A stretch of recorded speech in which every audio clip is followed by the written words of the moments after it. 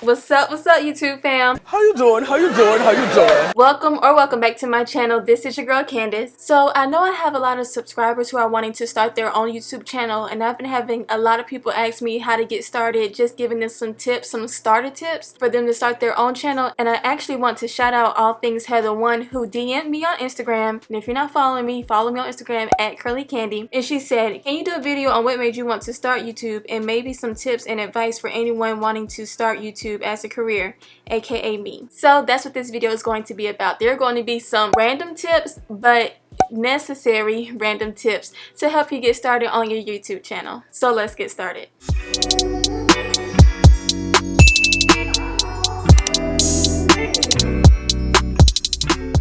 So before you even press record on that camera, the first thing you need to do is pick a niche. And your niche can be anything. It can be natural hair like me, it can be makeup tutorials, it can be cooking, a cooking channel, it can be workouts to grow your booty, like it can be anything. Just pick a niche. Figure out what you're passionate about, a topic that you can talk about over and over, and go with it. And the reason you want to pick a niche is because when it comes to gaining subscribers, usually people want to know what they're getting from you when they subscribe to you. So if your first video that intrigued them was about cooking, but then you have other videos about painting, you have videos about DIYs, you have videos about working out, like your videos are just all over the place, they're less likely to subscribe because they're just like, I don't know what you got going on, you're doing too much for me. I only clicked on your video for a specific thing. Now if you have more topics on that specific thing, then I'll watch more and I'll subscribe. But if you're doing too much, you're all over the place, you're not making videos that I'm interested in, I'm not going to subscribe. So pick a niche and stick to it.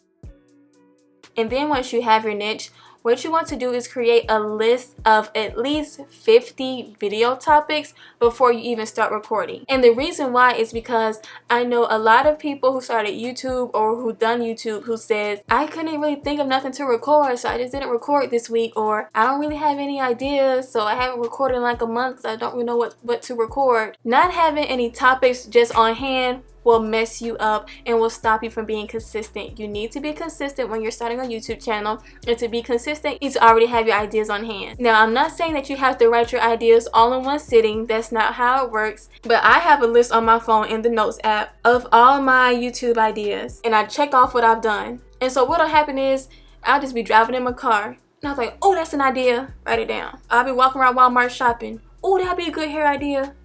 Write it down. So you don't have to do it all in one sitting. The ideas and thoughts will just come to you, but you definitely want to make sure that you have at least 50 on hand before you even start recording, because what you don't want to do is run out of ideas or can't think of anything, which will cause you to just not record for that week or whatever schedule you chose. Like, you need to record, you need to have ideas on hand. And if you're struggling on your list of topics, like you just don't know what you want to do, you have no idea for videos, a good tip that I learned from another YouTube channel is go to channels that are like yours. So if you have a hair channel, go to a popular hair person's channel. If you're a beauty channel, go to a popular beauty person's channel, or whatever your niche is, go to people in that channel who are big, whose content will be similar to yours. Go to their channel, then click on their video and sort their videos by most popular. The most popular videos are the ones that people like the most and that people watch the most. And so if any of those topics that are their most popular stand out to you, you can do those topics as well. But do not copy their video word for word, scene by scene. Do not be a copycat. This is just for inspiration. If you're just stuck on topics, this is a good way to help get the juices flowing and to get you started on some topics.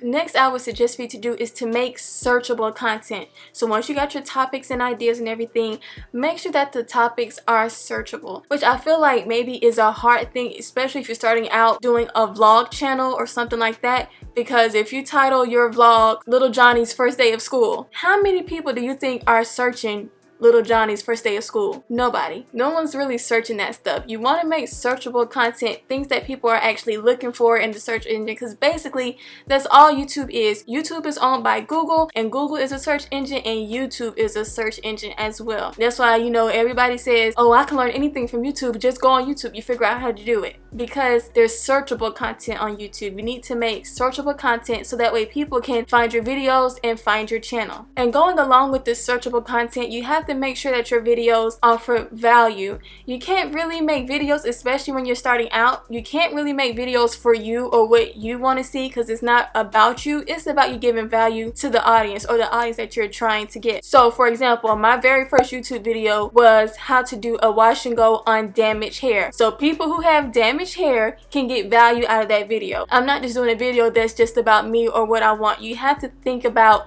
what your audience want and not about you. So you have to make sure that your videos are valuable so that people will want to watch it. So another thing that I want to suggest that I see a lot of people doing is that they make their very first video a Q&A video, an about me video. Yo, I'm just going to keep it blunt, I'm going to keep it honest. Nobody cares about you. Especially if you're just starting, if you do not have an audience. No one cares that your favorite color is purple and your favorite food is ice cream. Like, no one cares. So if you're starting out with that type of video being your first video, don't. I know you're thinking, oh, I want to introduce myself to the people. I just want them to know who I am. They don't care.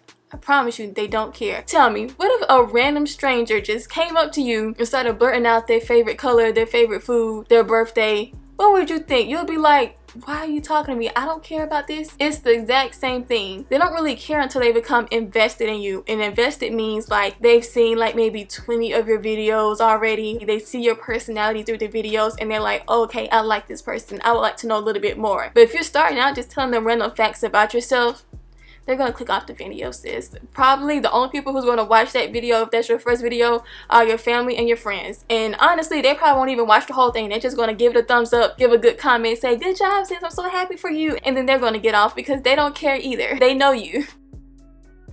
Alright, so now that you have your first topic in mind, which will not be a Q&A, and you're ready to record your first video, I'm gonna give you some tips about that too. So, first things first, when it comes to recording, you do not need fancy equipment. When you're just starting off on your YouTube channel, I would suggest that you do not just invest a lot of money into your channel right out the gate, because a lot of people say they want to start YouTube and then they spend like $1,000 on a fancy camera, get a fancy lens and all this stuff, and then they probably do like 1 or 2 videos and then they never really do a YouTube again. So if you're just starting out, I would suggest for you, if you already have a camera, that's great, or you can use your phone. Your phone is the quickest, easiest, and cheapest way to start out on YouTube. This is what I first started with when I started my channel, and it's great. So when it came to recording, what I would do is I would just use my camera, my iPhone. I have an iPhone XS, and I would use my phone tripod that I got from Amazon, which is this right here. Oh, and also I'm going to link everything down below in the description box, so don't worry, everything is linked. But anyway, so I would use this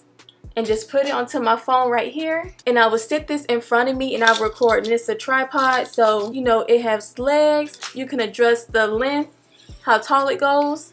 It has 3 things, so it can get pretty tall. And then it also comes with a Bluetooth remote, so you can either hit record from the remote or you can just hit record on your phone. And I do still use this not to record, but I do use it to take my selfies on Instagram or for my thumbnails for my YouTube videos. This is a great, amazing, wonderful thing to get. I think it was like $20-$30, but I'll link it down below. And actually, this is the setup that I use now. As you can see, I have an on-camera mic, I have a Canon camera, and then I just use my tripod to record, and I'm standing in front of my vanity. Hey y'all. So yeah, this is actually what I record now, and everything that I have I'm going to link down below as well. So before I started my YouTube channel, I already had a vanity mirror with the light bulbs around it. So that's what I use and I still use to this day to record my videos. But if you don't have any lighting at all, you can definitely just use sunlight. Sunlight is your best friend, and sunlight actually will make you look the best. You'll look on fleek with just natural sunlight. The only thing with sunlight which I want you to keep in mind is that you're basically a slave to the sunlight, I guess. So like, let's just say you have plans to record a video on Saturday, but then Saturday comes and there's a thunderstorm and it's all dark and cloudy. You don't have any light. Like right now, it's dark and cloudy right now, so there's no sunlight coming through. Or if you want to record at night, there's no sun at night, so you can't record at night. Like, you kind of just have to record whenever the sun is out. Just starting out, if you want to, that's perfect. Just be aware that there are limitations to using natural light. But if you do have some extra coin and you do want to purchase some lighting, I would suggest getting you a selfie ring light. There's one that I do use from time to time. I don't own it. It's actually my best friend's Tia's ring light, and she lets me borrow it whenever I ask. Thank you so much, Tia. And so I'll link that ring light down below too. That ring light is awesome. So that is a perfect option for lighting as well. I want to make sure you guys know this because I've seen a lot of people who are just starting out on YouTube and they do this. They don't look in the camera. They look at themselves the whole time and talk. They look at themselves. They're not making eye contact with the camera. They're not looking in the lens, and it just seems weird. Like, how weird is it to have a conversation with someone and they're not looking at you? They're just looking at themselves the whole time, or they're just looking off. It's weird, right? Like, do you feel weird that I'm looking at myself and not looking at the camera? Look at the camera. Look at the camera when you're recording. Do not look at yourself. If you're looking at your phone and you're recording on selfie mode because you want to make sure that you're in frame, but you're having a hard time looking at the actual camera instead of yourself, flip that bad boy over so that way all you see is this. I know you're feeling cute. You're like, oh, I look good in front of this camera. But stop looking at yourself. Look at the lens. You're disconnecting yourself from the audience, and more than likely it'll make whoever's watching your video click off. Alright, y'all, so stop for a second and say hey to Storm. He's asleep right now, but he still wants you to say hey, okay? So say hey to my cat. Anyway, so now I want to give you some tips of after you finish recording. So you recorded your whole video, you looked at the lens and not at yourself the whole time. You did good, you enunciated your words, you're on and popping with your video, and now you're ready to edit. So when it comes to editing, there are plenty of free apps that you can use to edit. If you have an iPhone, iPad, or a Mac or anything like that, yours automatically come with iMovie. It is free for you guys to use, and that's what I use to edit with, and it is quick and simple. It's good enough when you're just getting started for YouTube. And if you're using a PC, like a Windows computer or laptop, anything like that, yours come with a Movie Maker. That's free, and that'll help you edit your videos as well. And you can also edit videos on your phone as well if you do not have a laptop or a computer. If you have an iPhone, like I said, you can use iMovie, or if you have an Android, you can download KineMaster, which is a free app that you can use to edit your movies. But be aware that it will have the KineMaster logo on all your videos. It'll have the watermark. You can remove the watermark if you want to, but you will have to pay to get it removed. So like I told you guys in my last video, if you're trying to make money on YouTube or become monetized, you cannot use copyrighted music in your videos, and it's just because you can't use somebody else's work to make money off of. So where I go to get my music is I use Thematic. I go to thematic.com, and it's a great way to get music. It's not music from celebrities or anything like that, but they do have very good music on there, and it's actually made for YouTubers. It's made for creators. All you have to do is once you download the song, you just have to copy the links that they tell you to copy to give credit to the artist. And so that's what I use. So if you ever look at the bottom of my description box, I have like a music section, and now credit the person whose music I'm using, and it'll just link you to their webpage on Thematic and then also their Instagram. So now that you have your video all edited, the next step you need to do is create a thumbnail for your video. And your thumbnail is the little picture that people see on YouTube when they're looking for YouTube videos. And you definitely want to make sure that your thumbnail is on point, because guys, that's the thing that people see that makes them want to click. I mean, just think about it. When you go on YouTube, you click on the videos that look interesting because they have like an interesting thumbnail and an interesting title, because those are the things that draw people in. So you definitely want to make sure that you have a great thumbnail. Now when it comes to making thumbnails, I use Canva. It's super easy. They already have the sizing for YouTube and everything like that. They have a lot of free fonts, images, graphics, things like that that you can choose from, and they also have templates to use for YouTube thumbnails just to get you started, and this is an excellent way to create your thumbnail.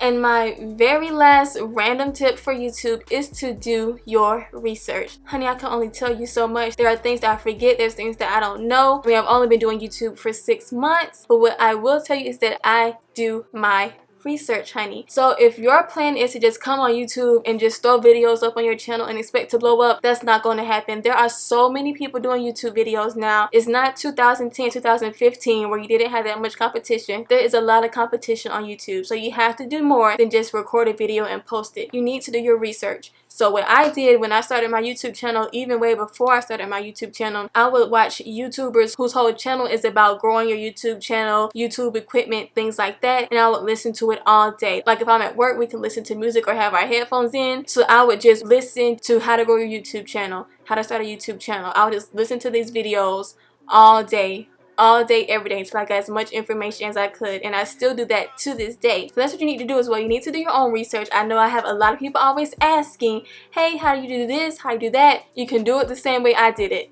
I looked it up. So I'm gonna give you a list of my favorite YouTube channels to listen to when it comes to growing your YouTube channel. And that's Brian G. Johnson, Nick Nimmin, Vanessa Lau, Sunny Lenarduzzi, Think Media, and Roberto Blake. So those are a couple of channels that I watch to learn how to grow my YouTube channel. And I'll link their channels down below so you can watch them as well. Just scroll through, because guys, this is actually a job. If you're serious about this, you have to do the research. It's not going to be that easy. But anyway guys, thank you so much for watching. I hope that you found this video useful. Do not forget to comment, like, subscribe, and share if you care. And I'll see you guys in my next video.